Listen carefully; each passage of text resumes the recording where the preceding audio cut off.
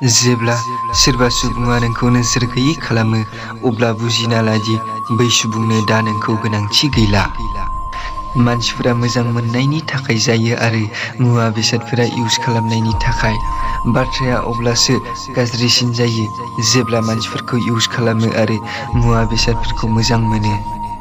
आं बिजि बेखौ बुंनायाथ' मोनसे जाहोनसो, नङाब्ला सम होग्रा सुबुङा हाजार खामानि थानानैब्लाबो नोंनि थाखाय दसेब्लाबो सम दिहुनखायो। मानसिफोरनियाव गोबां मिजिं दालाखि लोगो, नङाब्ला नोंथ' गाबबाय थानांगोन आरो मानसिफोरा जेबो फाराग जानाय नङा। आरो मोनसे गोग्गाथारा बेनोदि जाय गासैखौबो हेफाजाब होयो बै मानसिया थारैनो हारसिङै थालाङो। मानसिफोरा सानोदि गुरै गोसोनि मानसिफोरा जाम्बा जाम्बि जायो, नाथाय थार बाथ्राया बेसोदि गुरै गोसोनि मानसिफोरा बेखौ मोजाङैनो मिथिगौदि गुबुनजों सोमोन्दोखौ माबोरै लाखिनांगौ, आरो बिसोरनि गासै समावनो गुबुनखौ निमाहा होनाया बेखौनो फोरमायोदि बियो मुलुगनि बयनिख्रुइबो समायनासिन सुबुं। मानसिया ना मिनिनानै सोलोङो ना गाबनानै सोलोङो।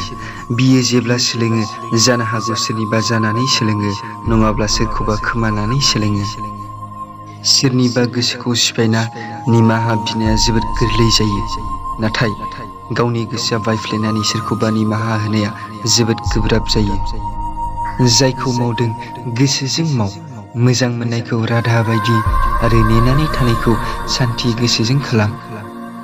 जाय थांनो गोसो बियो थांखागोनानो, नोंनि गाबनायजों बिहा जेबो फाराग जाया। निमाहा बिनायनि ओंथिया बे नङादि सोर मोजां आरो सोर गाज्रि।